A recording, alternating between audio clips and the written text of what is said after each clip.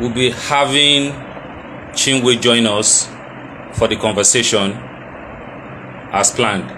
Like I said the last time we spoke, the topic is staying safe during the COVID-19 pandemic. And we'll be having a registered nurse who specializes in critical care nursing in the United States talk to us. We'll be asking her questions. We have our questions, and I think when we are done with this, you can also send your questions, which we will check and ask her.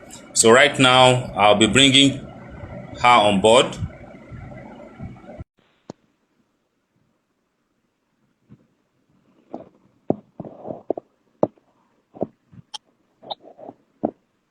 Hi. It's on now. Right? How you doing? Good. How are you? I'm fine. So I guess we've been sensitizing people all around in Nigeria. I think I see some people calling in from Kenya and Ghana as well, who will be interested in this. So I think a whole lot more people will be joining us pretty soon. Okay. Now, we know there's been a number of confirmed COVID-19 cases that has been experienced all over the world. Nigeria is affected. Mm-hmm. United States is affected. UK, Italy, Iran, South The whole world. around the whole world. Mm-hmm. And we nurses are at the front line of healthcare response. Mm-hmm. Found themselves in unprecedented positions, making high-stake decisions for patients, also for their own personal lives. They've been known to be the backbone of any healthcare sector. I know you might try to be humble with anything. So you probably might not be saying anything to that. I know. Well, we're not asking any response. So because we know we have doctors, we have virologists, we have so many people who are there trying to see that we come to the end of this pandemic. And also we know so many healthcare workers are overworking themselves to see that we curtail the spread of this novel coronavirus and see how we can start, we change our lifestyle, probably social distancing, Mm-hmm. and we interact with people, how we probably even dress, because you're about to get into a restaurant, asking you to put on your face mask, they're asking you to wash your hands or probably use a sanitizer and all that. So there's still some form of lifestyle changes and all that. Hospitals all over the world, some are understaffed, or should I say, we have so many patients being brought in, so you don't have enough hands to treat those who are being brought in. So before we start, can you briefly explain to us what this novel coronavirus is? Okay, so hi everyone. My name is Chinwe, and like you said, I'm a nurse. I'm a critical care nurse, and I work in the US here. So the coronavirus is like a strain of the SARS virus. It's a respiratory virus. It's a strain of the SARS virus. The reason why they call it COVID-19 is because something about viruses have an ability to mutate over time. So that means they change. So one can change to another and change to another. So that's why they call it COVID-19. It's a mutation of the SARS virus, and it's now changed to where I guess it's more deadlier. So the coronavirus is actually not new. COVID-19 is what's new. The strain, that mutation of it is what's new.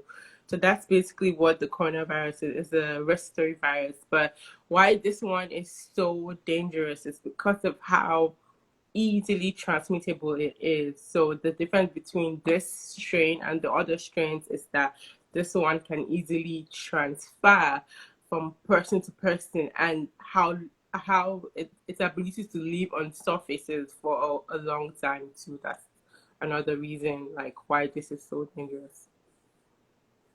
Okay, thank you. So in order to curtail this, there have been so many talks about social distancing and all that. How will that be of help, social distancing? Like I said, this virus is like the spread it spreads fast and it moves like fast. Like, so most times when someone has it, there's a possibility that they're asymptomatic, especially if you're young and you're healthy. There's a big chance that you don't know. And because of how easy it is to spread, when you're around someone who has it but doesn't know that they have it, and they're talking and you're laughing and they're sneezing and they're coughing, the little droplet that comes out from your mouth when you do all those things makes it so easy to transfer to you, to be transmitted to someone else.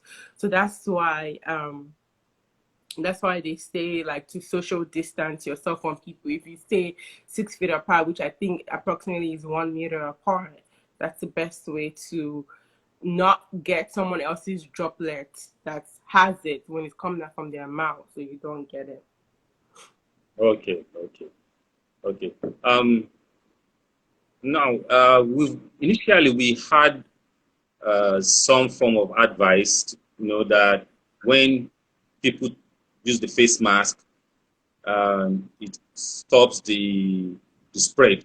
I mean, you have this spittle and that comes out of the mouth when you talk. Yeah. So those droplets, before initially, I think about January, we were told it moves for about 1 meter, then it drops on the surface. So it's not air. But right now we're getting talks that have been, all over the place, that it's in the air. Any clarifications? So, like I said, the virus is still new, and the fact that it mutates so fast, they're still studying it. So even for us, like 1 minute we're using a certain thing in the hospital, and the next minute we're not, because of how quickly it changes.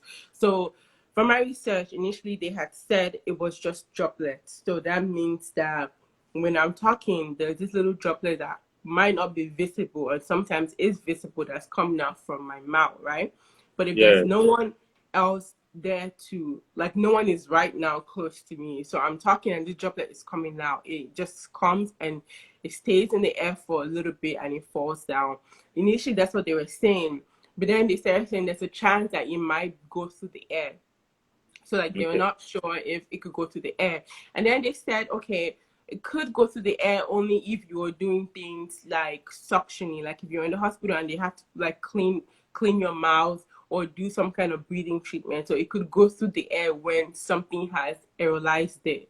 That's something has taken those droplets and made it into, like, how would I explain, like when you see like a steam, like just aerolized, just like how water is liquid, but when you boil it, it starts to steam out into the air. Like something has taken that droplet and made it aerosolize.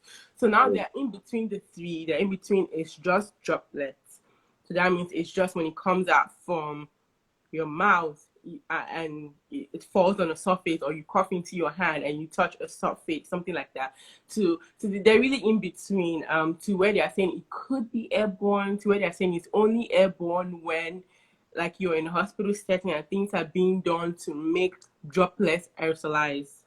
Okay. So there's just, it's not like 100% clear, to be honest, from all of the research that I have made. It's not, and that's because it's fairly new. So they're still, like, trying to figure out exactly how to deal with it and how it transmits. And because of how fast it transmits too, I think that's why they haven't figured it out yet.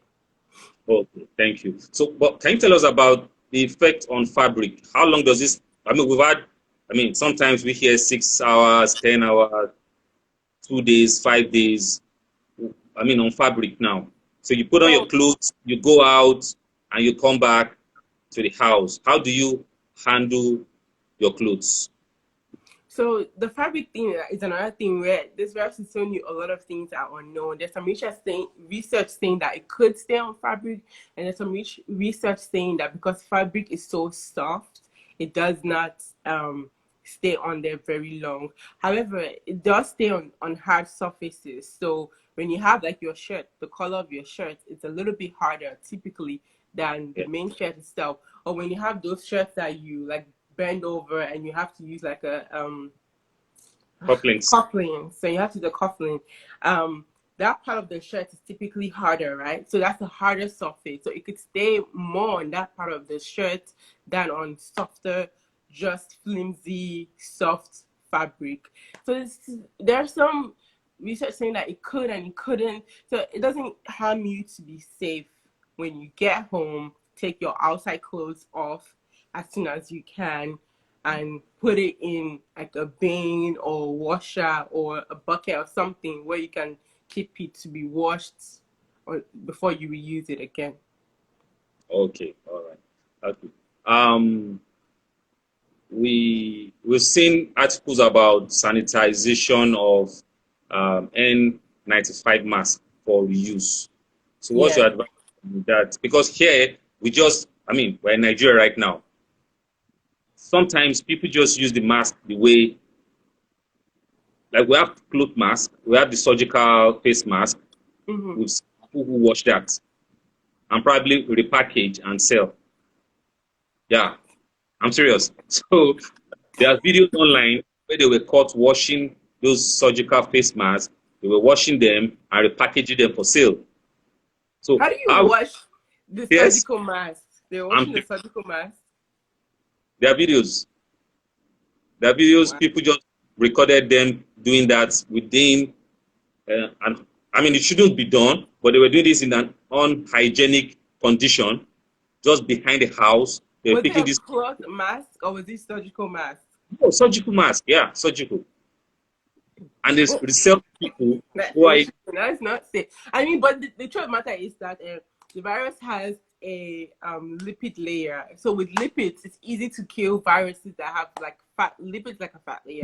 It's easy to kill viruses that have those things, right? That's why they even say like sometimes when you spray down with surface before you even get to wipe it, like you're supposed to spray down and wipe it, but it's like before you even get to wipe it, the virus starts to die because it doesn't really have a strong external cell shell when it's standing by itself. It does have a stronger impact when it's in your body and it mingles with other cells. So to be honest, when you wash it and you wash it properly, if it's a mask, it's clean, then you've gotten rid of the virus. I don't know if you've put another bacteria on it because of depending on the kind of water you use to wash it and how you dry it. But I wouldn't recommend, especially a surgical mask. The surgical mask has a filter, and once it's wet, the filter is like trash. There's no point. So there are different kinds of masks, right? Yes. Initially, when they made the N95 before this pandemic, the N95 was not made to be reused. However, there's a pandemic now and there's a shortage of the mask. So the way that I know that we do it here is by sterilization. So they sterilize the N95 by either putting it in an oven under low heat. Like I said, this virus has a lipid layer, and so therefore it dies very easily just when it comes in contact with alcohol or disinfectant or heat. So they use oven.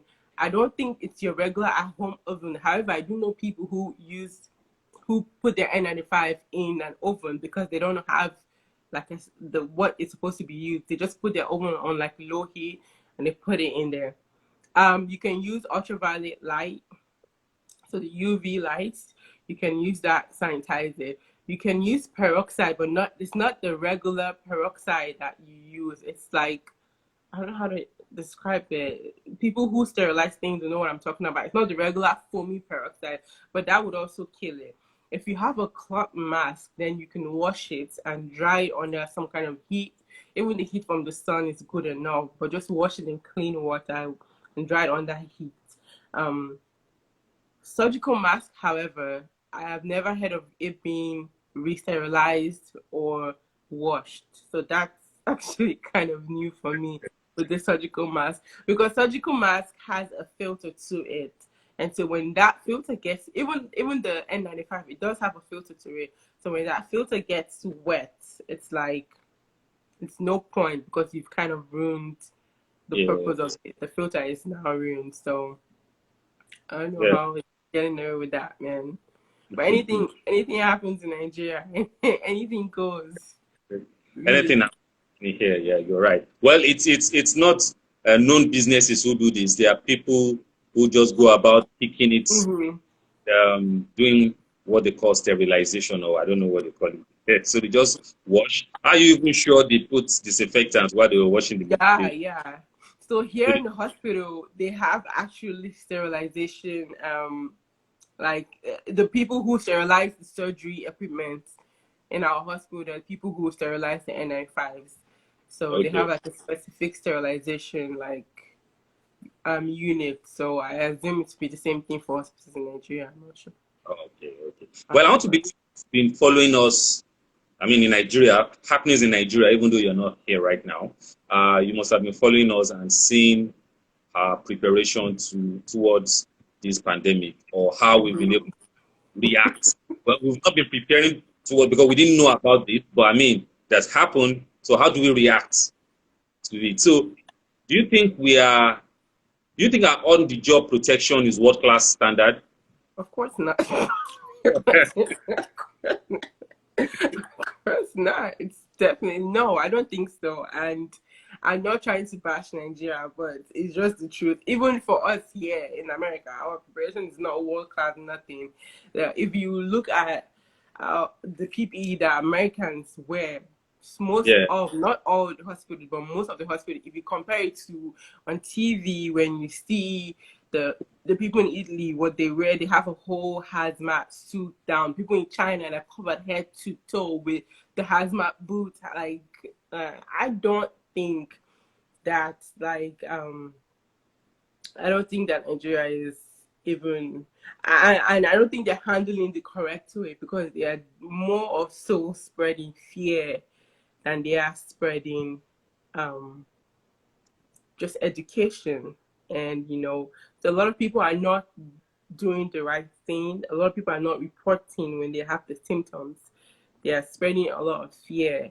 A lot of people are being held against their will, not showing their test results. So, like, I don't think that's the right way to go about it. Because then, why would I want to send my loved one there if you would hold them for months on end? You won't like discuss anything with them. You won't show us test results. Why am I going to send my loved ones to you when you can leave them in an isolation center and not take care of them, not give them, and just put them there? Okay. Like, so it's just, I don't think they're handling it the best of ways. Maybe the one in Lagos is maybe from what I've seen, but the rest of them, even Abuja, I don't know. okay, thank you. So I'm seeing a lot of people coming in here and some saying some shout outs. Buki Ilara, okay, Hajara, Chick by F, Solo Focus, um, Madam Abimbola Edele, um, Mad Beams, Mumi is here. Hi, Mumi. That's my uh, classmate. Imo Jedak, Edina, Babe Grace, you're welcome. Omowumi, Before, Kaibi, Pictures, yes. Thank you for joining us. And I guess you all are enjoying this discussion and learning from it because this is more to educate people. So I guess you all are learning from this conversation we are having right here. Thank you for coming on board. Okay, so back to Chichi. So is the face mask only sufficient for people, or they will need to use something like a shield to also protect their eyes? And The shield is. Oh, sorry. Let me let you finish. okay, and is this applicable to just every, I mean, the citizens or just health workers at the front line fighting this? I mean, I've seen the health workers put on the face, the shield, the face mask or face shield, and I've seen some people who just walk by the side of the road. They probably go into the bank to withdraw some money from the ATM, and they put on that face shield. So how do we go about this face shield thing?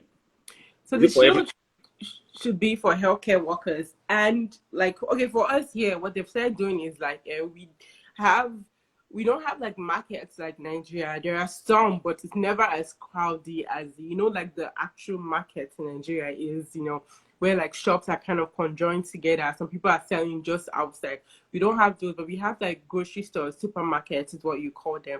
So what they've started doing is at the cashier's stand, they put a glass. So before where you'd be like where you're about to pay, they put a little glass there. So that's their own shield. The point of the shield is because when you're too close, like closer, you don't have 1 meter or 6 feet between you guys. You're close enough that the droplets can go from my mouth to your face, to your nose, to your eyes. That's the point of the shield. The shield is actually to protect your eyes. But now, me as a nurse, when I'm in the face of my patient and I'm suctioning or I'm doing something, I'm giving a medication, I have to be like, there's no way I can be 6 feet away from my patients. I have to be, face close to them.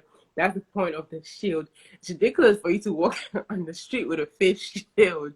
I don't see why you need it. If you really want to do it, like a glass, this is like actual prescription medication glasses, but glasses will suffice because it's like a glass, so you can buy like big glasses if like you really feel like I must protect myself, but you're just regularly walking on the street. You can get like glasses. That would actually be, that would suffice for you.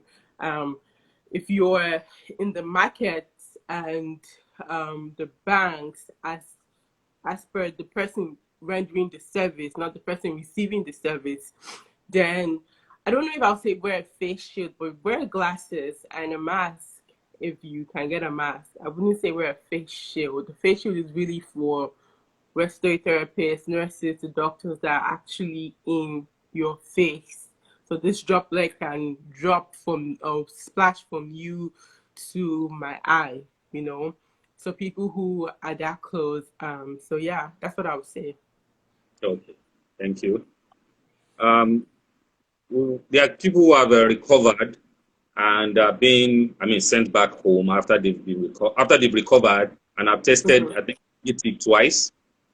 So they do a test, they're negative, and they give some, I think, maybe 24 hours or 48 hours, I think. Then they do another test. If they're negative, they are being asked to go home. So they've been treated and they go home. But we've heard of those who've recovered and they get reinfected.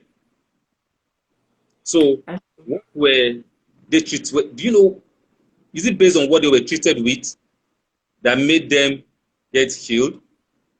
And for some who got healed, they were not reinfected, while some were reinfected. So could it have been the form of treatment they received, or what could make others survive?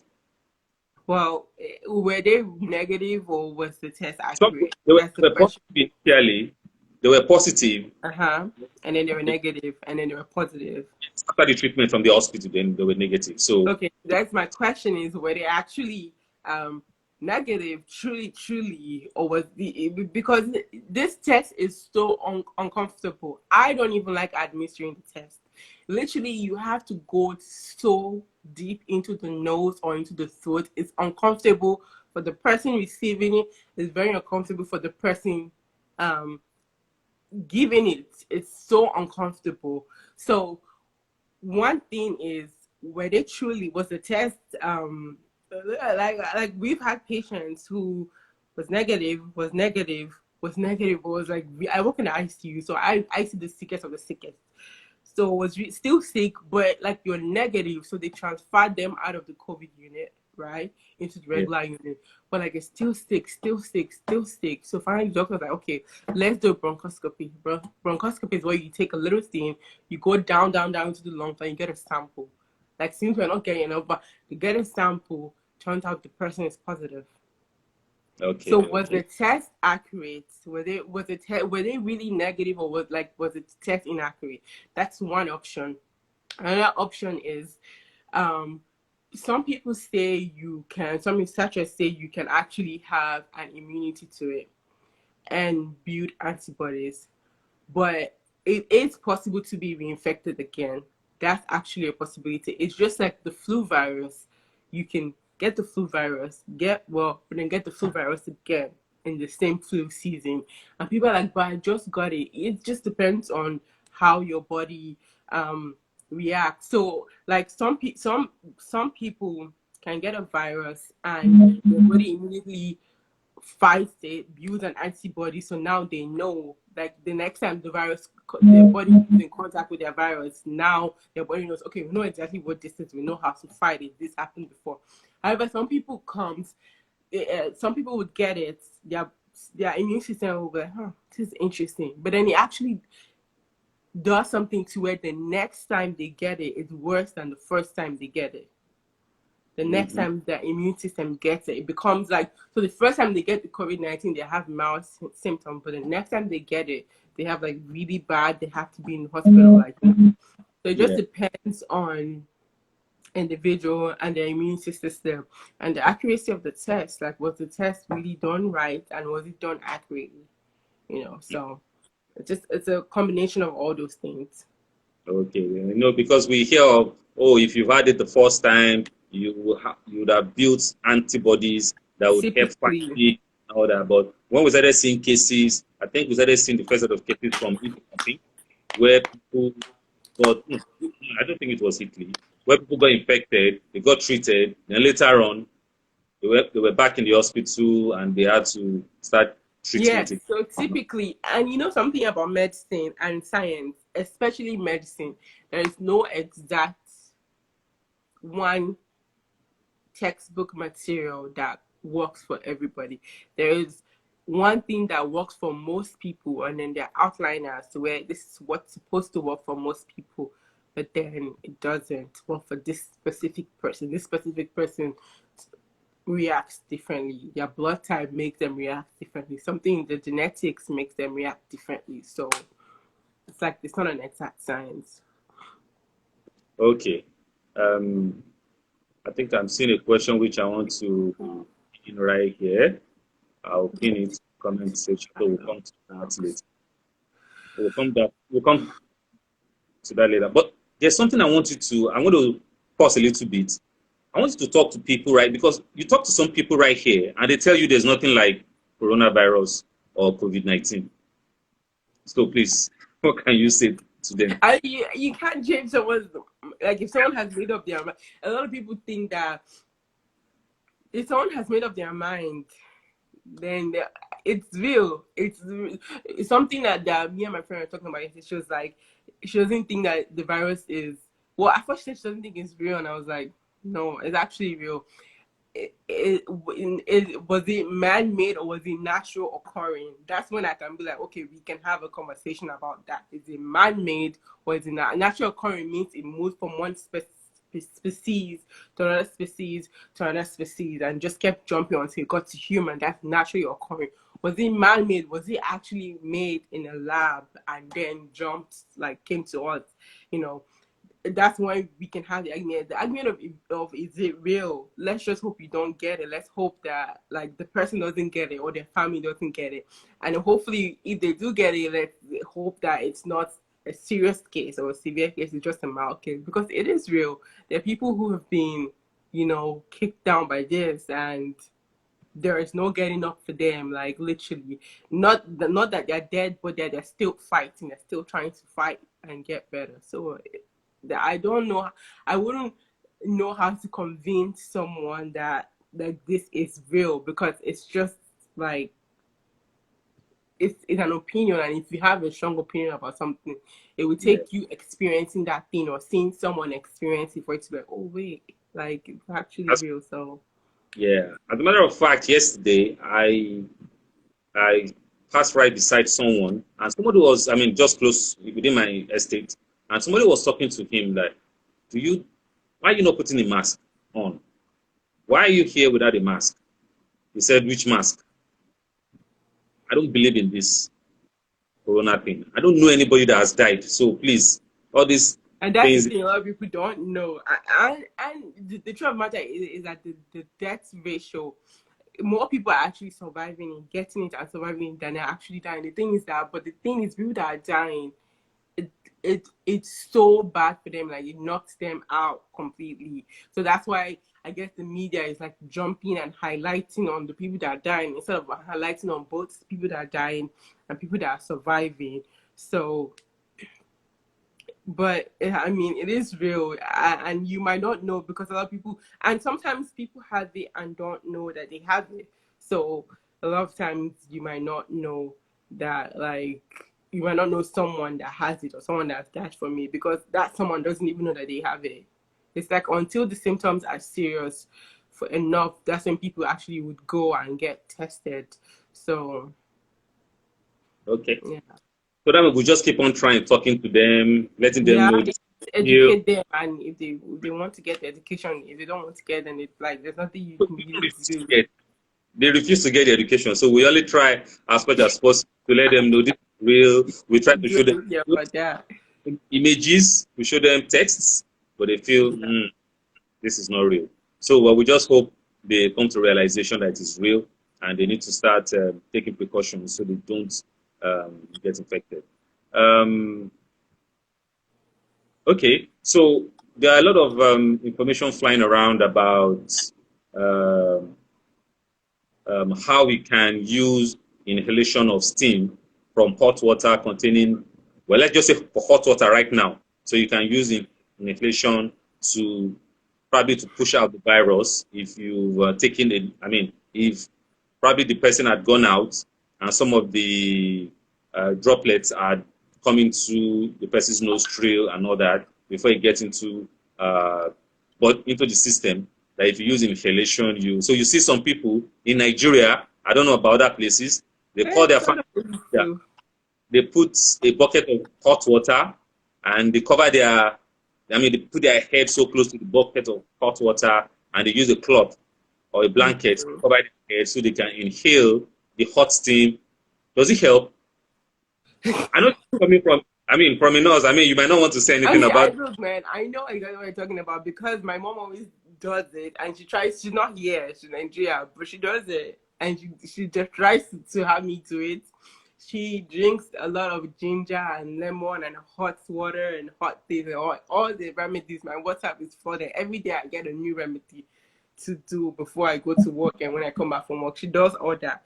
And there's something called homeopathic medicine. Homeopathic medicine is when there's no research, Yeah, there's no like true concrete like research, but they have seen evidence in people who have done it that it helped them get better. So that's homeopathic medicine. Basically, if you eat some garlic, garlic has some immunotherapeutic things that it would do, would help boost your immune system. We are not sure. You can go to the hospital and they'll give you garlic. It's just that maybe they've seen a lot of people who eat garlic and they're like, okay, these people have strong immunity. They're called homeopathic remedies. There's really nothing wrong with homeopathic remedies when you don't do it in excess. So if you feel comfortable doing steam and steaming your face and drinking ginger tea and mixing lemon and garlic, and as long as you don't do it in excess, then I think that, I mean, there is no harm in trying whatever so you know you've done all the best that you can possibly do. Now, does it work? I don't know because there is no research. There's no respect. there's something that we go by in medicine. It's called evidence-based practice. So that means Yeah. we do things based on the fact that there's been evidence and that evidence has been proven to work. So we use evidence-based practice when we're providing care to patients. There is no evidence behind it. It might work, it might not work. It doesn't hurt you to try it. Just don't overdo it and don't concoct and make that. I think I saw a story about a guy who passed away in America here actually because he mixed whatever ginger. He's African. He mixed. I don't know if he's Nigerian. He's from an African country. He mixed ginger and garlic and something, something, something, and just took it in excess. And he said coronavirus will not kill him. And for sure, coronavirus didn't kill him. He died of poisoning himself of God knows what. So I don't know. I would say if you feel like it's helping you, and it does. It's like those things does actually help. Like this hot water and steam would actually help clear your respiratory tract. Would it kill a virus? I don't know. But would it help like cough up things and cough up mucus and clear respiratory tract? Yes. So if it helps, it helps. Don't just overdo it. So and don't mix too many things that you don't know about. in one and ingest it. So. And ingest, yes. Yeah, that's right. Because I think we've had a couple of deaths in Nigeria where they mixed all sorts of concussions, herbs, and some mixed. Even a family that died, I think the husband, the wife, and the children, because they mixed all these concussion and they died. There was some they mixed Yeah, don't in do and that. Don't all do too sorts. much. There's If even anything, space it out. Like drink your ginger in the morning and then wait like a couple of hours and then I guess eat your garlic and then whatever. Just space in the 24-hour span that you have. Just space out your homeopathic therapies to where like in the morning when I wake up I'll do this. When I come back from work I'm going to cover myself with hot water. I space it out, So. but I mean, that is what I mean. One could do that because you know the names of this. You know what ginger is. You know what Yeah, you know what they are. Don't mix. who just come up with something, they give it and they start selling. You don't even know the Yeah, concept. yeah. Don't mix herbs from your local herb man. No, you don't. Yeah. So you just buy and you don't know what is in there and you take. And I mean, I think in the northern part of Nigeria, I think in Kano or Niger State, they said they had to start arresting the people selling these because they had it bottled, they had a label printed on the bottles, and they were selling it. So, but at least what we've seen here is that some people try to make money off this situation. Oh, of course. Even here, every Yeah, situation, no matter how bad it is, someone is profiting off it. So it's not just Nigeria. It's probably going to be worldwide. Yeah. So how can I protect myself from coronavirus? I know you've given us a few tips and all that, but are there other things you can tell us? I mean, I'm a typical, let's say I go out every morning, I come back because, okay, there was lockdown in Nigeria. It's been eased right now. And after it being eased, people have started going out. Not everyone. Some companies still work from home. So you can work remotely and, I mean, in an organization. So they have technological tools that you can use to collaborate. These are collaboration tools and softwares which you can use to work within an organization. So for now, some companies are not resuming in their offices. All they do is stay at home and they work. I mean, you can access servers remotely, authentication and authorization. You can use emails to send documents and other, and also other file sharing systems. But now you have people that have to go to work. You probably work in an organization. You have to resume in the morning, probably in a manufacturing company where it's a manufacturing firm. You produce certain items, so you need to go to work. Now, you're probably not driving your vehicle. You entering a public. I know it's advisable right now to take, if you have a car, you drive your car. Because some people in Nigeria will prefer to leave their car at home and take a public. I know everyone can afford a car and you still have to go to work. This is it. Like your life has to continue. The truth of the matter is this virus is not going anytime soon. It's not going anytime soon because they don't have treatments to it, they don't have vaccines to it. It's going to be the new normal. So we have to learn to live with it, right? So you can't it stopped life for a little bit, but it can't stop life forever because we can't all stay at home forever. Eventually things will have to be made, food will have to be bought, you still have to go, even if you work from home, you still have to go to the store. Like it would never really be 100%, at least not in the next couple of months. It will never be like 100% the same anymore. So a way I would say to protect yourself is one, always wash your hands. If you don't have soap and water at the time, try and get hand sanitizer. Look at the alcohol content of your hand sanitizer because that's actually what kills the virus, is the alcohol in it typically. So look at the alcohol content of your hand sanitizer. When you come home, take off your clothes. Don't wear your shoes into your house as much as you can. Remove or have a house shoe or house slippers, and that would be what you wear when you get into your home. Your shoes do not make it into your home as much as you can. Wipe surfaces down a lot of the time. Like I said, this virus has a lipid layer, so it can easily die. That's why when you have alcohol and you rub it, it can easily kill it. It can easily die.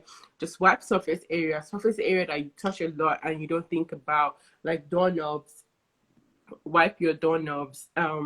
Your phones is a highly touched, very, very clean surface area. I remember when this first started, I was having a conversation with my dad. I was like, my dad's a pharmacist and he still goes to work, so he still interacts with people, even though, even during the lockdown in Nigeria, he still interacted with people. He still had to go to work, but at the same time, he's living with my mom. So even if you get here, and my dad is fitter and stronger, he still goes out jogging. He's like still like he's fitter and stronger. So like, yo, living with my mom, you can bring it home. You don't realize you talk to a customer and you take cash, you touch your phone and you don't sanitize your hand. So he was telling me like, how do I clean my phone?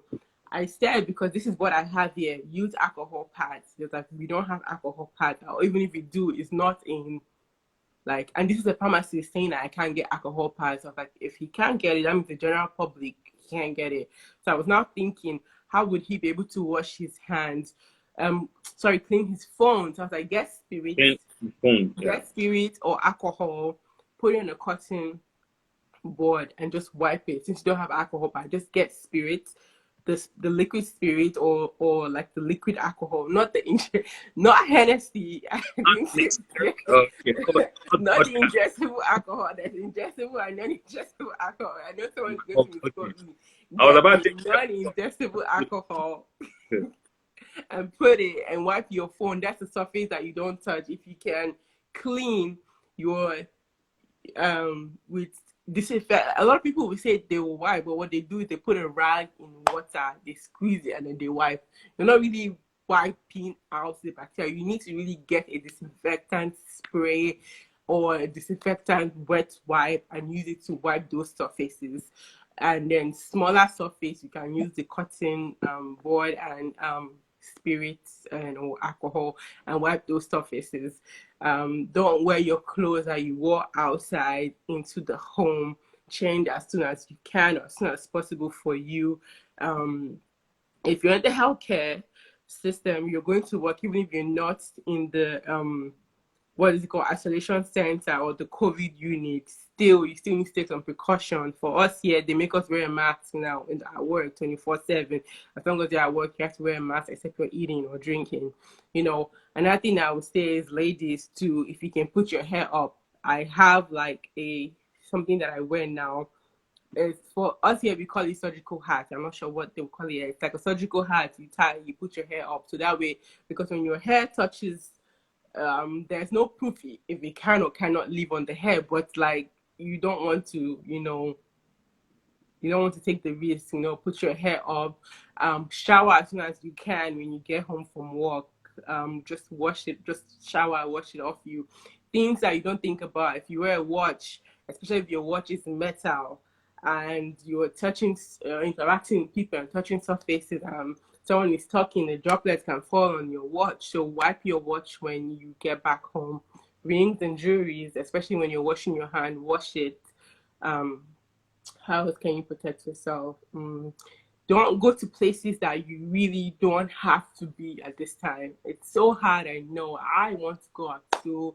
Everyone wants to go out and live their best life. This year, 2020, we all had visions and plans and things we wanted to do and places we wanted to go to and trips we wanted to fly or fly to. Everyone had plans. However, this is survival of the fittest. If those plans will still be there. However, if you die, the world will still carry on. If you get really sick, those medical expenses will pile up. You might as well just be careful. Don't go to places that you don't have to be. There's non-essential places.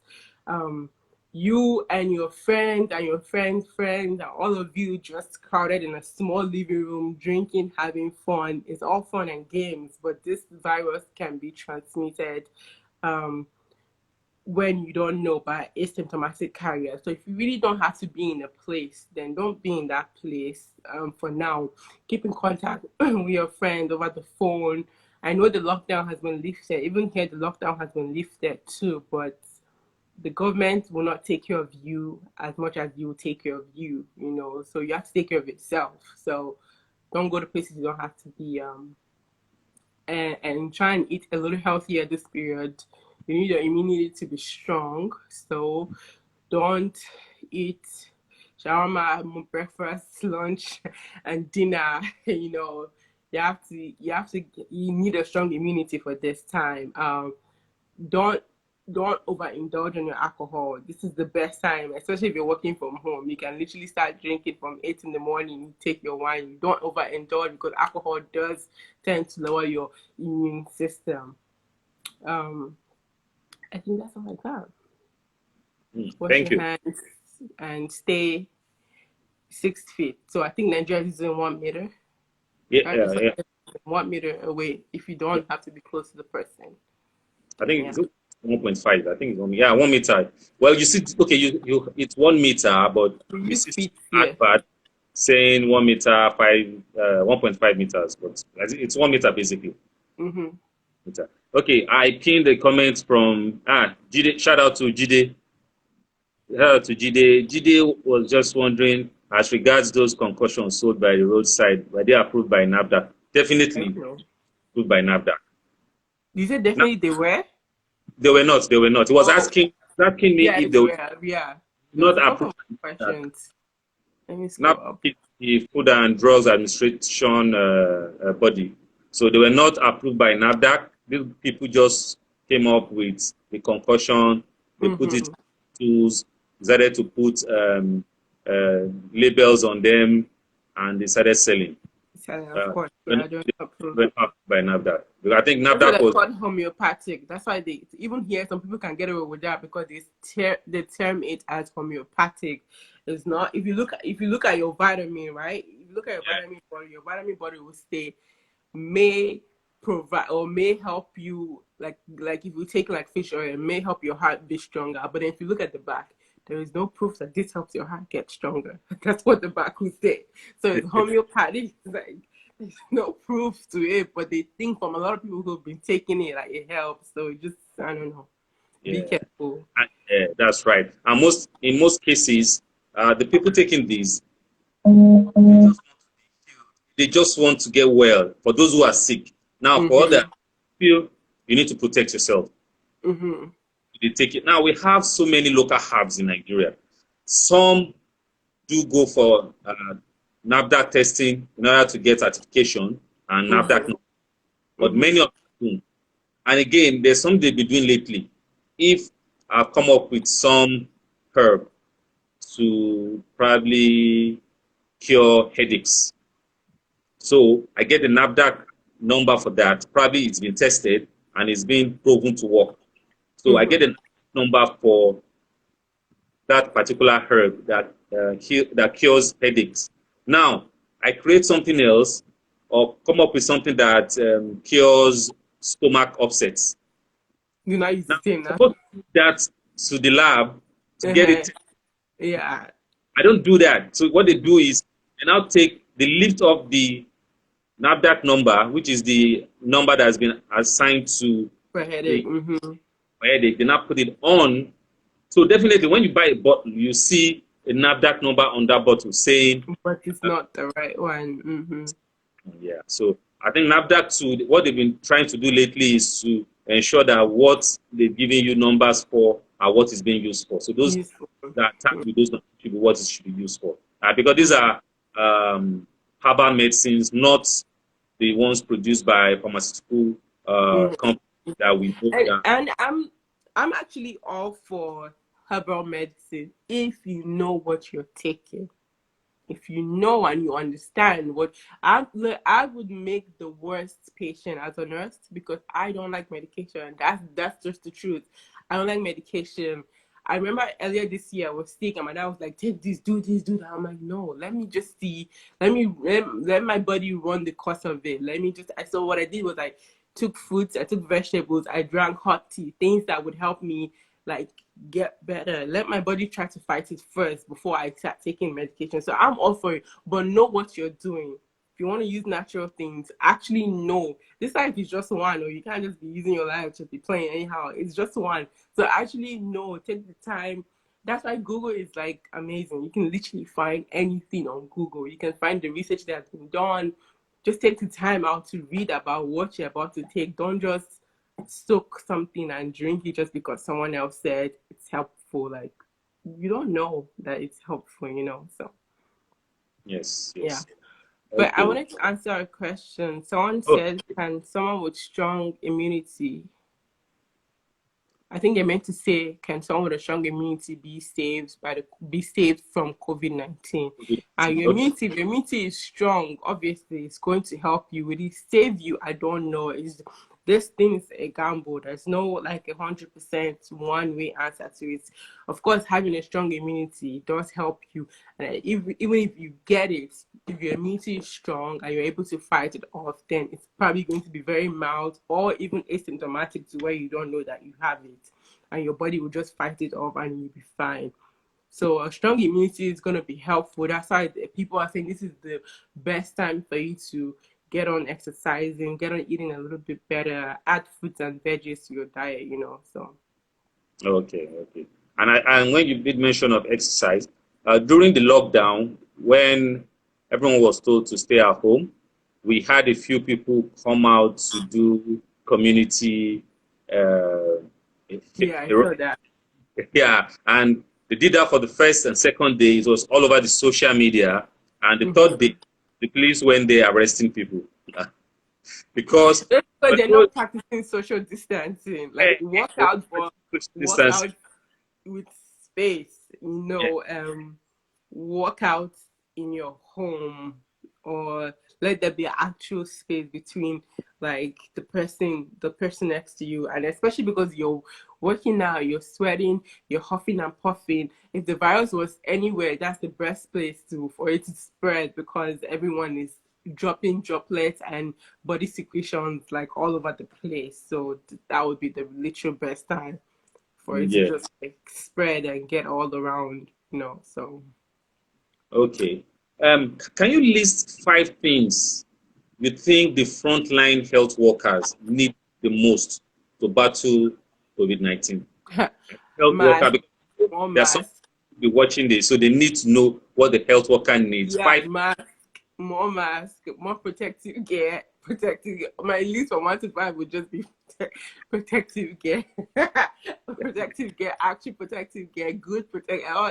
I'm joking, but really that's what we need the most, protective gear. Another thing that we need the most is emotional support, depending on where. Some places that have been, and I think this live would times out after an hour. Just FYI. Yeah, so very soon I think I should have a countdown. So I'm trying to see how we can wrap it up. So, but you can just continue. Yeah, and now, so Yeah. if it times, I would reconnect and round up. Okay. And, yeah. So okay. So I would just say mask, yeah, proper PPE, that's a personal protective equipment, and support. Depending on the place you are, some people have worked in hard hit areas, and those things will probably scar you forever. So emotional and psychological support is what I would say. I can see. Please, can someone answer Wumi's question? Okay, I saw the question about antiretrovirals. Yeah, so the people with antiretroviral drugs obviously have some kind of sickness. They are probably HIV positive, AIDS. They have AIDS. So yes, if you're on some kind of antiretroviral drug, it's not just that too. There's other illnesses that will make you be on antiretroviral drug. But basically, um, being on antiretroviral drug means that your immune system is already down already. So your chances are actually high to get it if you're on antiretroviral drugs. That means you already have a low immune system. That means you're already high risk. So you have to take care of yourself a little bit more than normal people would. Yes, yes, yes. So because I know here when there was a time that I was I mean web space where people were talking about antiretrovirals, and some people were thinking, even though they were not being treated with antiretrovirals, I mean, they were not living with people living with HIV. They just thought if they buy it and start taking that medication, so I think that's where that question could have come If from. you just if you just I would look, man, I wouldn't recommend you do something like that. Yeah, so so the person has not been told to take it. The person is not treating any ailment. The person is not HIV positive, but the person is just taking antiretrovirals in order to, since they were being told it would boost the immunity, because we know what happens for HIV patients when they have low, I think it's the low viral count, I think. Yeah, So, yeah. or very high, so they need to bring it down by taking antiretrovirals and all that. So I think that's where people were talking about buying and I don't think that's like doesn't make any sense. I wouldn't do that. I've been hearing it more in Nigeria. I've not been I don't know if it's been out there on international. Okay, no, I think For us, it's out there too. Yeah.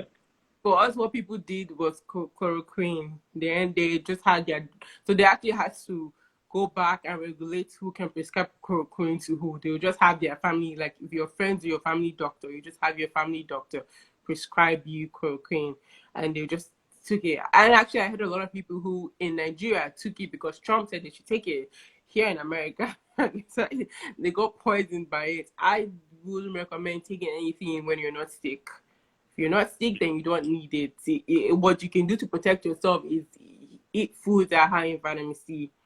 Eat a carrot, eat an apple, eat oranges. Take vitamin C supplements if you really, really want to like overboost your energy, your immune system. Take vitamin C supplements. Bell peppers are good. They have vitamin C's. Just cook them lightly and add them to your rice, or add them to your sauce. Do things like that. But don't go out and buy antiviral medication. Just take it like that. I don't know. That's smart. Okay. What message or tributes do you have for the nurses at the front line all over the world? Any message? We got this. We got this. This too shall pass. It might pass like a kidney stone, because kidney stones are very painful when they pass, but it sure will pass. Okay. So it's a rough time. Even just the care of your regular standard patient has changed. We don't do things the way we typically do. We are taking extra steps, extra precautions. Your care is now being made a little bit longer, but we got this. Okay. You guys have been doing so much. Thank you, the nurses, health workers in general. You guys have done so much to help us. I saw there was this artwork of Spider-Man and Batman that failed. So they were in the trash can. And there's our nurse. Nerds. So the nerds are the superheroes of today. So in the place where Batman has failed us or Spider-Man has failed us, nurses came to our rescue. Thank you so much. You're welcome. But I just want to say something. It's not just nurses, because we don't do it alone. We have our doctors. We most especially a group that's forgotten a lot. I don't know about Nigeria, but here we have respiratory therapists, and those people are amazing. So come again, what? Respiratory therapist, or what did you say? We have. They are one group that when people will mention the doctors, the nurses, but people never mention the respiratory therapists, the RTs. Well, for short, we call them RTs. And there are other medical personnel out there that are working with us in conjunction with us, and they have made it a little bit easier. So for sure, I want to thank them too. Okay. Thank you so much we always remember these people. I mean, they're all health workers in the front line. Thank you so much. I appreciate your time, having you on this conversation. Out of your tight and very busy schedule, you have to take time out to be with us. Really appreciate that. It's not getting a nurse or a health worker to come talk to you, a surgeon, a doctor, I mean. So quickly go. We're playing a very short game. Very, very short one. SUV or sedans? Which one do you prefer? SUV. That's sport utility vehicles or sedans? Which one do I prefer? SUV. You prefer an SUV? Mm-hmm. Okay. Tea or coffee? Tea. Wow, Nigerians call like Milo or milk tea. Tea for me is like Lipton. That's tea. So okay. Tea. Okay. Yeah. Well, this is about to time out. We'll just come back and complete the game, right? Okay. Just 5 minutes of your time. I was saying something about tea. Yeah, you're talking about the Lipton, right? The Lipton tea bag. That's what I call tea. That's my. Right. Okay. All right. That's favorite. Text or phone call? It depends. Maybe text. It depends. People like you don't like returning call. Oh, I think phone call is when it's important. Phone call when you have to explain something. Phone call, but just regular conversation. Text. okay. The next one, I know in America people like to drive their vehicles because of the transport system over there compared to the UK. So I'm not bus or train. Oh, a train for sure. Right. Ah. Yeah. Okay. Lastly, music or movies. Ooh, that's hard You one. prefer to relax and all that. You prefer watching movies or listening to music? That's hard. I do both. I'll say movies, but I do both. Okay. Movies, yeah. Movies. So thank you for your time. We really appreciate that, and we do hope we'll be able to encourage people right here to follow the tips you've given to us, from washing of our hands, the using of sanitizers, trying to stay safe, or social distancing, cleaning phones, and for ladies pulling up their hair and all that. To clean my phone, actually, what I do is I use wipes. So at times I put Yeah, some if you have hand sanitizer. I just yeah. wipe and use that to clean my phone. And Yeah, you can do that. Just whatever that has alcohol, or you can make that has non-ingestible alcohol, or some kind of anti-disinfectant properties to it. However you want to make it, and just use it to wipe down surfaces. Works out perfectly. now, before the government started having this promotion online and on TV saying non-digestible alcohol, the first week of the lockdown or before the lockdown, we had buses having the drivers had to pour some alcohol, the local brew that we have here it's called Paraga or Gogoro. So once you get into a bus, they'll pour more in your palms for you to rub. But you know what? But you know Not what though? It depends on how strong it is, because it does the stronger, like you know how there's like 60% alcohol, 70%. The stronger the alcohol content, it would actually work, but it's just like it makes your hands sticky, and if there's rubbing alcohol, then use rubbing alcohol. If you use like Hennessy on your phone, or the stronger version of it, like strong brown liquor on your phone, it will make your phone like sticky and stuff. But there's a lot of homeopathic remedy that involves like cognac, like really strong brown liquor, because it does work. Like it's alcohol is alcohol. It's just that one is ingestible and one isn't. It has a strong amount of alcohol. It does work. It's just there's rubbing alcohol. okay. Use rubbing alcohol. Save that for later when you want to drink it. Use rubbing alcohol. Thank you so much. Thank you for being on this call. Thank you for telling in. We really appreciate you. Thank you so much. Have a Wait, lovely let's day. a You want to say something? question. You want to Yeah, say there was something? a question. Oh, okay. In your school, Jade said, please show people the right way to wear a face mask, or wear the mask. Oh, please, can she show people the right way to wear the mask? Do you have a mask around I there? do, actually. I have Okay. one. Do you want to show us? I have multiple. There are different types of masks. There's a surgical mask, which is this, but I don't know if the lighting will let you see. It's like kind of like this. It's a little bit flimsy. It's paper thin. Typically would have a metal right here. I don't know about the ones in Nigeria. No, we don't have metals in there. That's a surgical mask, right? That's a surgical mask. Yeah. Yeah, this is I think I have one here, which does not. How to be? Is this this is a surgical mask, right? yes, it's a very flimsy surgical mask. It's This we have right here in Nigeria.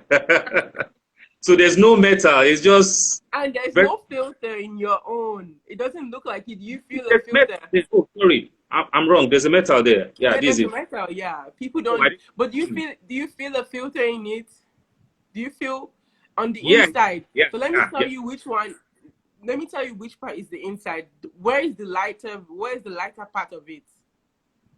This is the lighter part of it. Why this is the So that's darker? supposed to be the inside. The darker This, part is typically the outside. So all that's the right. inside. Yeah. Okay. Do This you is the out. feel? What does it feel like? Yeah, What does the inside feel like? Not the outside, but does it the feel inside like? is softer, like a net, very light net. Okay, so there's a little bit of a filter. Yeah, It yes, doesn't yes. look like a filter, but there's a very little filter in there, as opposed to my own. Like you can literally see the filter. Yes, yes, yes, yes, Yeah, yes. there's a difference. So there's a filter in it. So the lighter part of your mask goes on the inside, like this, right? The lighter part of it. A lot of people wear it opposite, and I'm like, what are we doing here? It's supposed to be on the inside. The metal part of it, a lot of people don't know. They wear it upside down. This part has no metal, and this part has the metal. The metal part of it is supposed to be bridge, like formed to your nose. It's supposed to push Okay. it down to your nose, and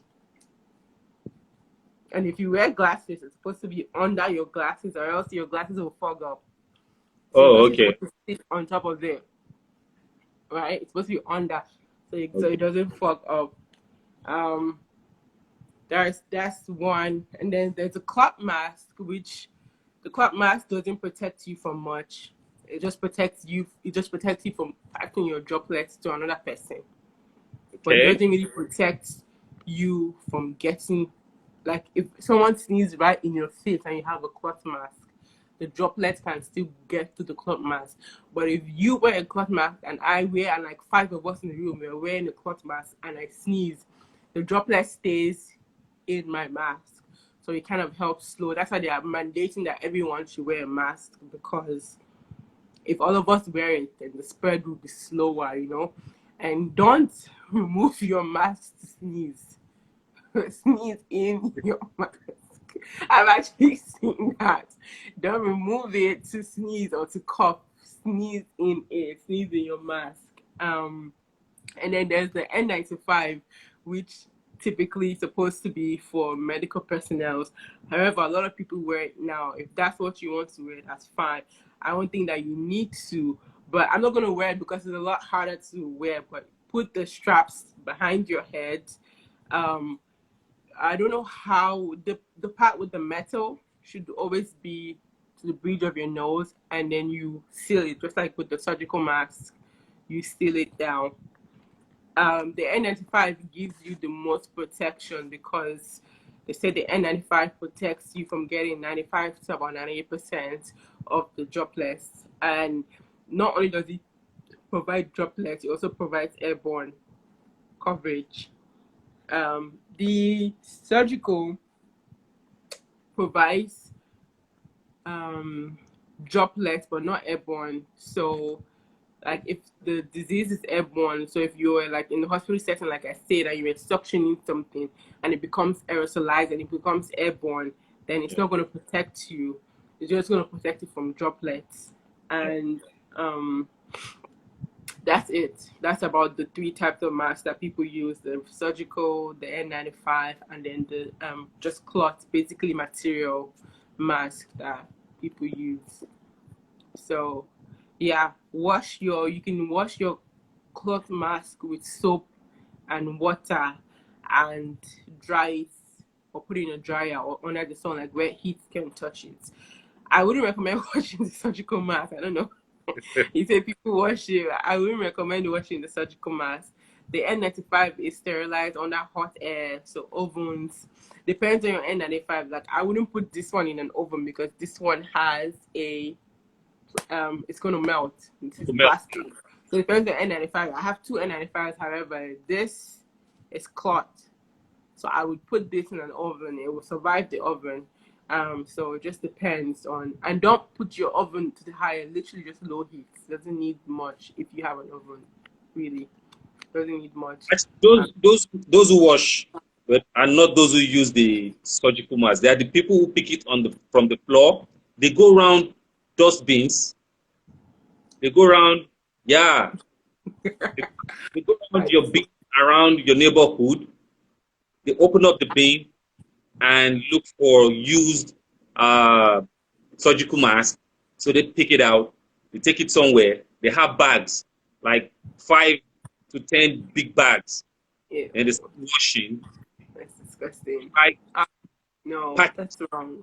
packaging paper bags or nylons, which they used to sell to those who sell to the That's end why user. you want to get your mask from a reputable Thank you. person.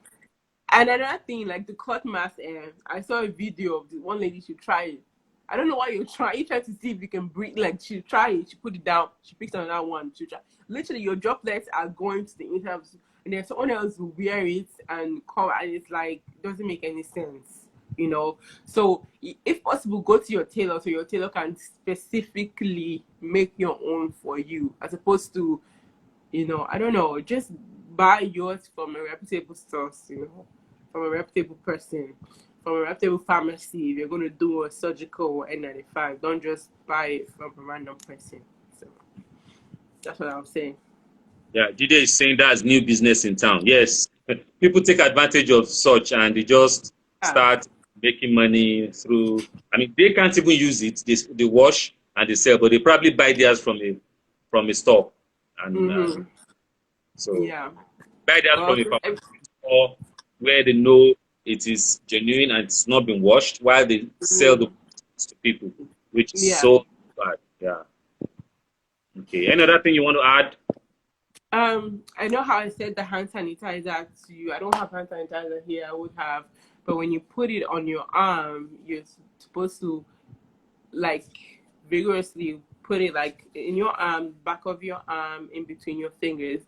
And another thing that people do is after they hand sanitize, they maybe touch something. You're supposed to let the hand sanitizer dry, because the wet arm, even if it's just water, anything that's wet would easily attract virus. Like they love moist, wet places. So if you sanitize your hand and you don't let it dry, sanitizer dries really quick. If you don't let it dry, you touch something, then you haven't really done anything. Another thing is after you wash your hand, you know how like in Nigeria you wash your hand, you know how clean on your dress. You have you you have just undone everything that you just did washing your hand, so dry it or use a paper. For here we use paper towel. Use a paper towel to dry it out, or just let it air dry before you just clean it on your clothes and stuff like that. Jide is sending something here. He said Um tips on hand washing, the correct way, how to wash your hand. I know there have been so many videos on hand washing and how best to wash your hand. So can you just, I know there's no tap right in front of your camera. no way. Running No way for me. so they have to, so can you explain to Okay, us? so you get soap. You put the Yeah. soap on your. Well, some people like to wet their hand a little bit, which is fine. Wash your hand a little bit. You get soap. You put the soap. You wash like this in between your. It's kind of the same. You do the same motion when your hand sanitizing in between your finger. You can go like this to get your fingertips together, and then you switch it out. And right here, I don't know what this place is called, but right there and right there. And you should wash your hands for at least 20 seconds, vigorously rub it around, and do all that stuff, motion, and rinse it out and let dry before you touch anything. I've noticed something before. That was about 2 months ago. I went to an office and I used the hand sanitizer. Now, I have my hand sanitizer. I apply it, I rub, and after rubbing, give it 2-3 minutes, my hands are dry and I'm okay.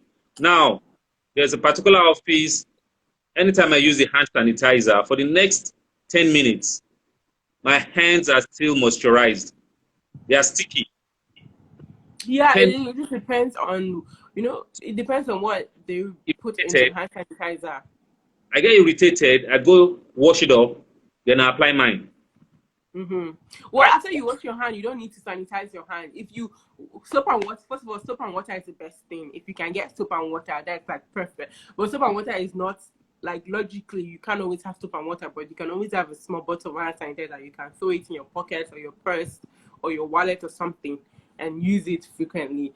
Some hand sanitizer are made differently than others. Some people water down their hand sanitizer because they're trying to save on cost, which I don't recommend, but everyone is different.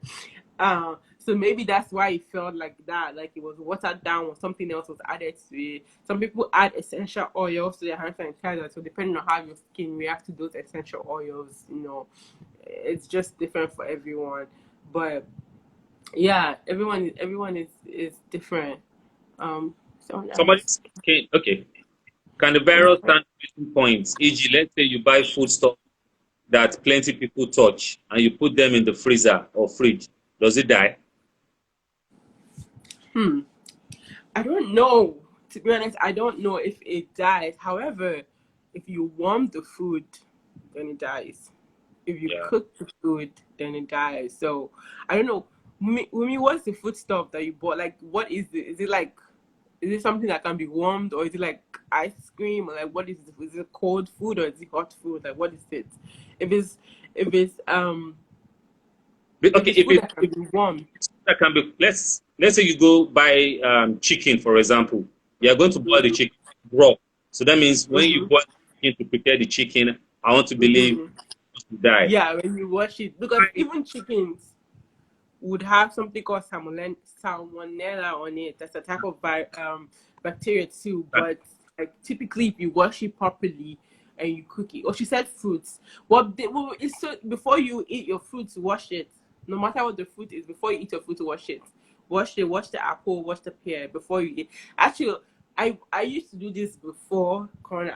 My mom used to do this. So like when I did and people were like, "You're weird." My mom used to, before we eat apples or pears or anything like that, she washed it. At that time it was morning fresh that was raining. She washed it with actual morning fresh, and then she would rinse it up properly.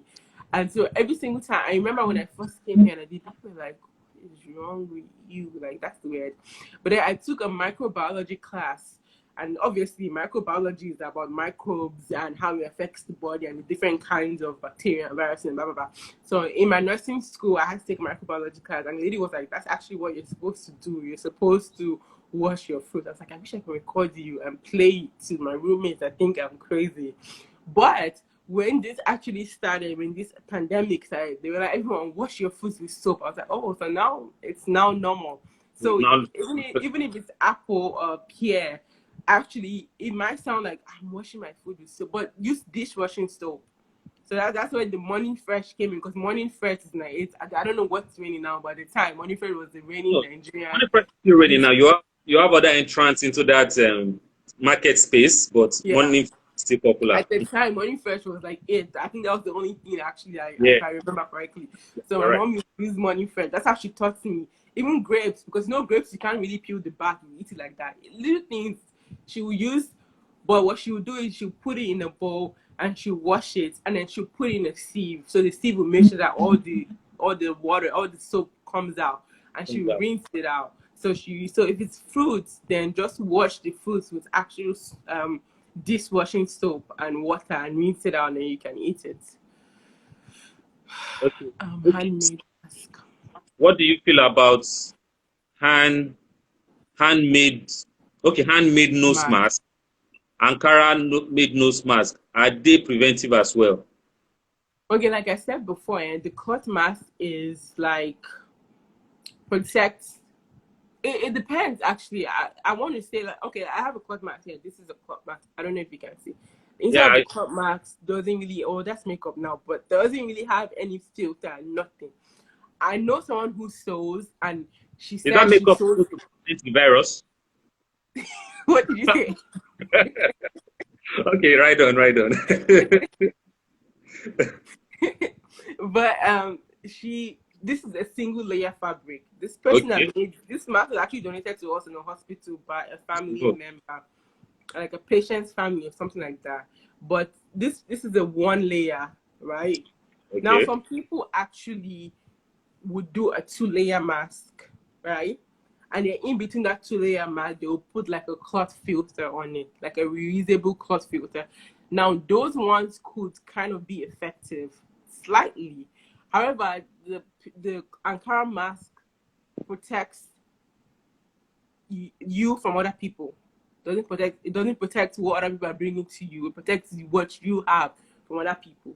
The idea behind the mask is if everybody cooperates and everybody wears it, everybody's protecting them other people from themselves. I don't know if that makes any sense. Like if you wear it and I wear it and person A wears it and person B wears it, even though the mask doesn't give you droplets coverage, right? It doesn't protect you. But our jump is in our mask, our sneeze, our drop, everything is getting there. So no one else is getting it because it's being caught on our mask. So that's the point of the Ankara or the material, the cloth mask is everybody's supposed to wear it. Everybody wears it and we are all safe. That's the point of it. It's to slow down the spread of it. If your tailor puts a fabric in between it, then that, and not a fabric but a filter in between each fabric. So they do multiple layers of fabric and they put a filter in between it, and that could potentially give you droplet coverage, potentially, depending on what was used. Okay. Hope that makes sense. Yeah, sure it does. I know we've seen videos where you have a comparison between the surgical mask. They put it on.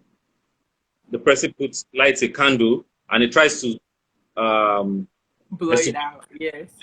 So you blow, nothing. You can't extinguish the flame. Now you bring the Ankara, which is the cloth mask. You put on the cloth mask and they blow, and the fire is extinguished. Now they were trying to say not all face masks will work like surgical mask. However, like you just explained, there are times you can take a cloth mask and put a filter in between two layers of the cloths to make your cloth mask. So when you put the filter in between, it helps prevent those microbes from coming in. So it works like a surgical mask. So some of them have got two cloth layers with a filter in between, and they tried to extinguish that fire as well, and they couldn't.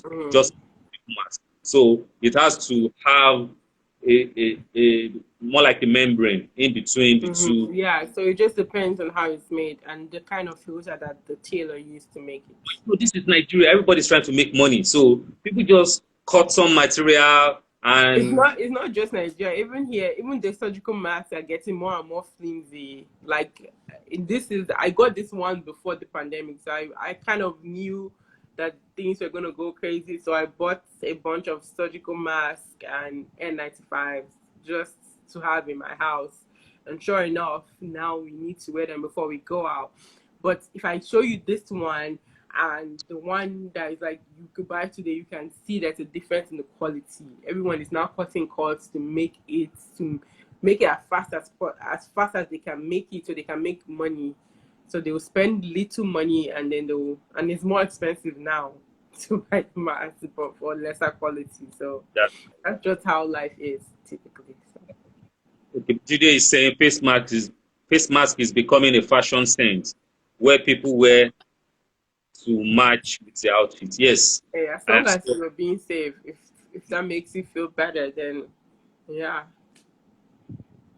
You say we should shed more light on cross-contamination. What's cross-contamination? Is it from what's cross-contamination? Cross-contamination is when you get something, a bacteria or something jumps from one thing to another. So I'll give you an example. You have raw chicken. You're cutting raw chicken on your sink. You finish cutting raw chicken on your sink, but you didn't wipe your sink down, and then you put your apples on that sink.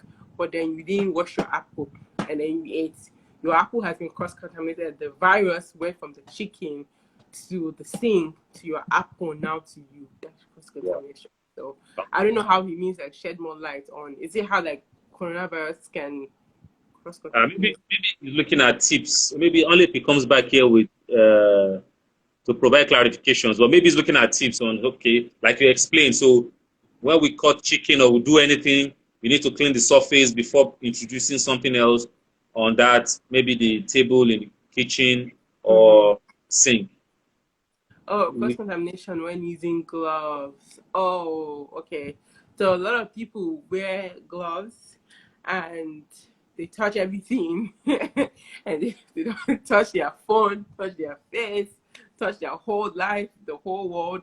And they feel like, oh, they touch the food, but because I have gloves. And it doesn't make sense because the same bacteria goes on the glove that will go on your hands, actually. So except you're removing the gloves and changing it with each contact, you're cross-contaminating that glove, which would now go into you. So you think, oh, I have a glove, so I can touch the doorknob, touch the grocery cart, and then just quickly take a bite of a grape. But you've touched, it's better for you to actually not wear gloves, so you're more aware that your hands are bare, so you're more aware of what you're touching and what you're putting in your mouth, and if you're touching your face, and you're easily reminded to use hand sanitizer and sanitize your hand before you touch the food that goes in your mouth, so. Yeah, okay. All right. So I see that a lot, and I was I'm coming. Okay, there was some video I saw sometime. Somebody was in the market area.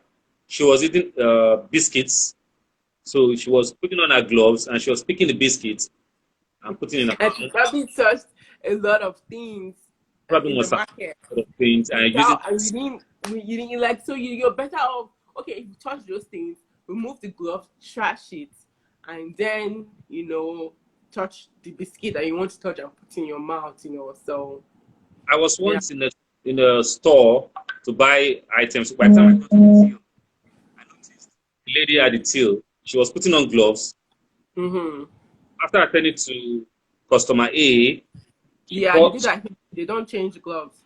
gloves to attend to customer B. So is that okay? Putting hand sanitizer on gloves Sanitize the gloves. because I guess, yeah. she sent to several people. We're like 50 to 80 people in the mall. It's a very big mall. So you pick whatever you want to pick, you get to the till to pay. There's some form of social distancing applied. So by the time you get to the till, you are there alone. Other people stay far away from you.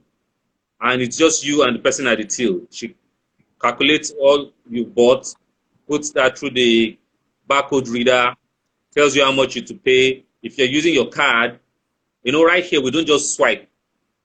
So you need to give them the card, they insert into the POS, then you put in your PIN. It deducts the money, then they will pull out your card and give to you. So she's touching your card. She has touched customer A, customer B, customer C's cards. Mm-hmm. Or she has collected cash from customer C and counted the cash. So she must have touched so many things. So if she's attending to a new customer, she uses the hand sanitizer on her gloves to attend to you. The moment she's done with you, she uses the hand sanitizer again to attend to the next customer. So that I've was seen something. people do that, and Yeah. I guess you're still sanitizing the glove. Yes. I guess so. And Wumi made a good point, because how many times would you change your gloves?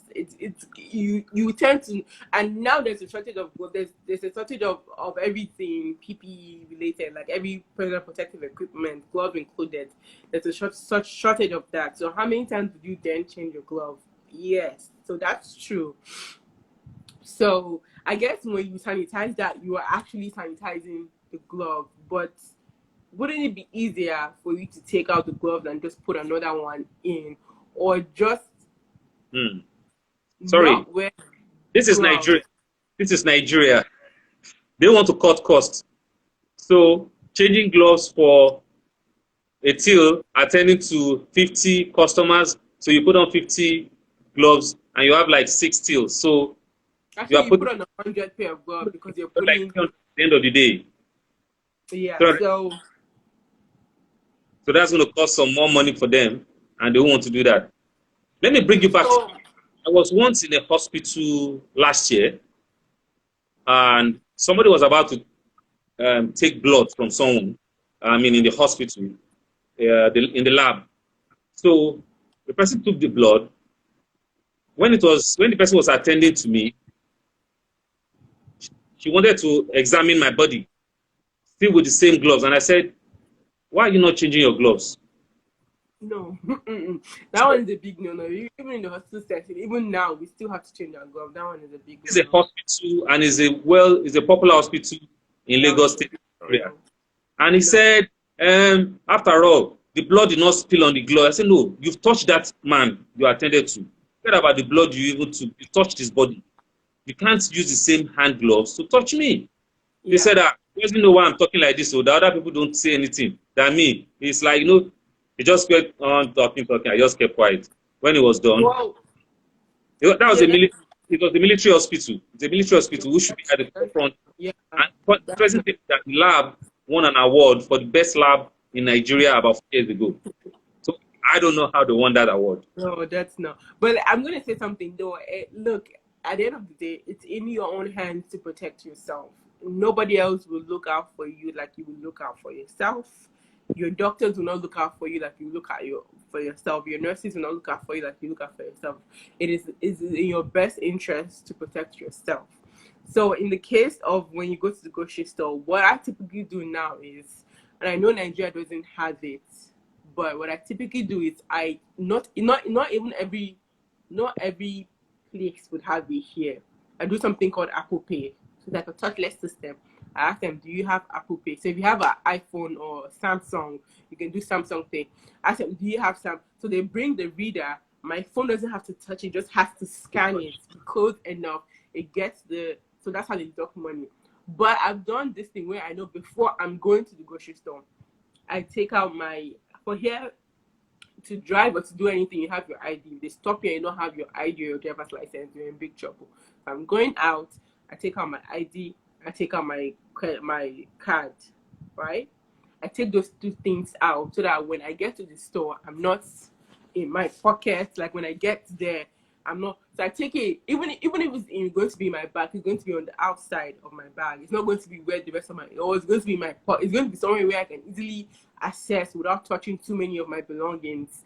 And actually, these days I don't go out with purses anymore, except I really have to. So it's typically going to be in my pocket. So when I hand it to them, just by being outside, I assume that my hands are dirty. So I'm already mentally knowing, don't touch your face, don't touch your nose, don't touch things that don't need to be touched, right? I hand them these things, right? They swipe my card and they give it back to me, or I insert my card somewhere and they give my card back to me. I put my card in my pocket or in the place where I said I was going to put it. I don't have to touch so many things, like in your front pocket or something. You just put it there so that when you get home, you know that I need to sanitize my hand, I need to sanitize my phone, because those are the things I touch, and I need to have my card before I put my card back in my wallet, which is where it Yes. stays. Wow. So, We love those tips. So I think we'll have to adopt those. yeah, so the cashier Yeah. that cannot do anything because really is not her fault. It's really the fault of the company. She's working with what she was given. And if she wasn't given enough gloves, if she was told the instruction is sanitize your hand after each person with the gloves on, there's not much she can do. So she just you then it's now on you to protect yourself. No one else will look out for you like you look out for yourself. So that's basically it. Wumi is asking a question. She said, "So what do they do before you enter the mats at the entrance? You sanitize your hand and the baskets." Umi, where are you? In the UK, right? So Wumi, here, are you in the UK? Are you in Nigeria? So let us know. Because in Nigeria, to answer that question, in Nigeria, most places you go to right now, they have hand sanitizers at the entrance. So you sanitize. They have this. They check your temperature, mm-hmm. and so you check your temperature, you sanitize, and you get in there. Okay, she's responding. She said it's a suggestion in the UK. Yeah. So yeah, and I think so because my mom was telling me that she went somewhere. Well, she told me that they checked her temperature and they gave her hand sanitizer, but I don't think they give you the wipe that you can wipe around the basket with. No, So no. I was Okay. telling her that after you've touched that basket, just have in mind that your hand is dirty. So immediately you're done and you drop the basket, if possible, before you grab your things, use hand sanitizer. Because your things will now be in like leather in your hands. Or if you're going to wheel the basket out to your car, then when you put the things in your car, you can only protect it. Just do as much as you can, because if it's some people, you can just go crazy and just become like OCD, thinking about every single thing where this virus can live on. It's crazy, it's scary, but you can just do the best that you can with what you have, and that's Okay. about all you can do. Okay. Not Somebody very much asked, you can What home remedy can you use to boost your immune system? Well, I think earlier we talked about well, do you want to anything? Do you have anything to say to that? Home remedy you can use to boost your immune system. I guess fruits, vegetables, or something. You know? Yes. So I think the network is lagging. There might be a Oh, lag. oh, But okay. yes, what a lot of people have been doing is they've been drinking because of the antioxidant that ginger and lemon contains. They've been like boiling those things and drinking it, or actually take antioxidant, like you said, yeah, or actually drinking like ginger tea, but just like sprinkling lemon in it or cutting lemon in it and putting it in it. Take your vitamin C's, take food that are high in vitamin C. Apple is high in vitamin C, oranges are high in vitamin C, bell peppers are high in vitamin C. However, if you overcook bell pepper, the heat will kill the vitamin C. So don't overdo it. Like just make it into like a sauce and you can eat with your rice. The lemon, oranges, tangerines, those things are high in vitamin C. You can actually go to your pharmacy and buy vitamin C tablets. Another thing that is good, but I almost don't want to say it because people overdo it and too much of everything is bad, is zinc. But zinc can be highly poisonous when you overtake it, over ingest it, take too much of it. So some people take zinc tablet, but if you're going to do that, just know the amount you're taking because a certain amount can actually kill you. So that's it. All right. Some people are saying hot ginger, lemon. Yeah, ginger, those things will like provide you with some antioxidant that was going to help you. Okay. All right. Thank you, Caramel Ayola. Thank you, Umi, for the questions. Thank you, Jide, for the questions. Turmeric, yeah, turmeric is good. So I've heard that they do provide a good, like, I don't know, obviously off the top of my head, I don't know a list of exactly all the home remedies that you can use to boost your immune, but I've heard turmeric is pretty good from a nutritionist. Yeah.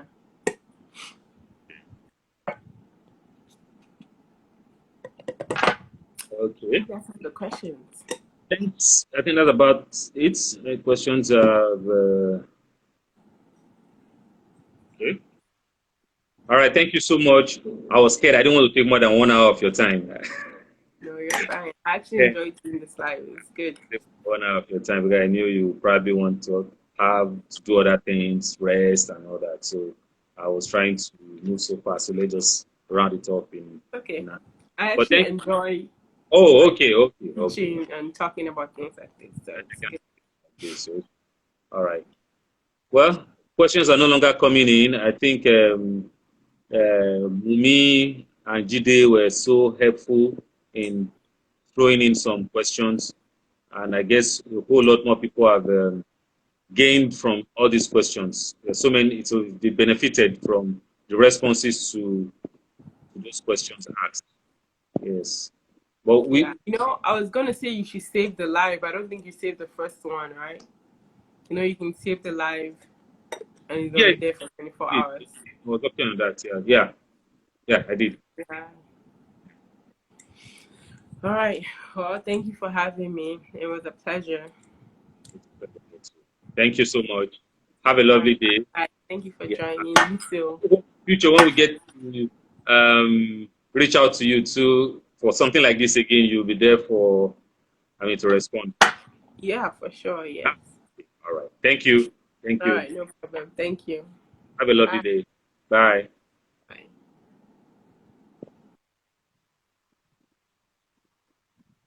All right. Thank you everyone for connecting to us.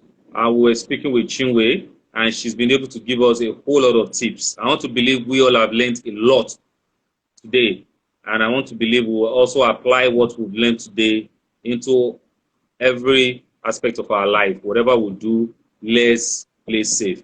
Let's play safe, please.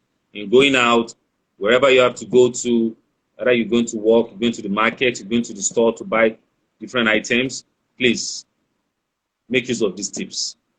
It really helps. A whole lot of people are dying, and we need to keep these numbers low. Let's stay safe. Please, everyone, stay safe.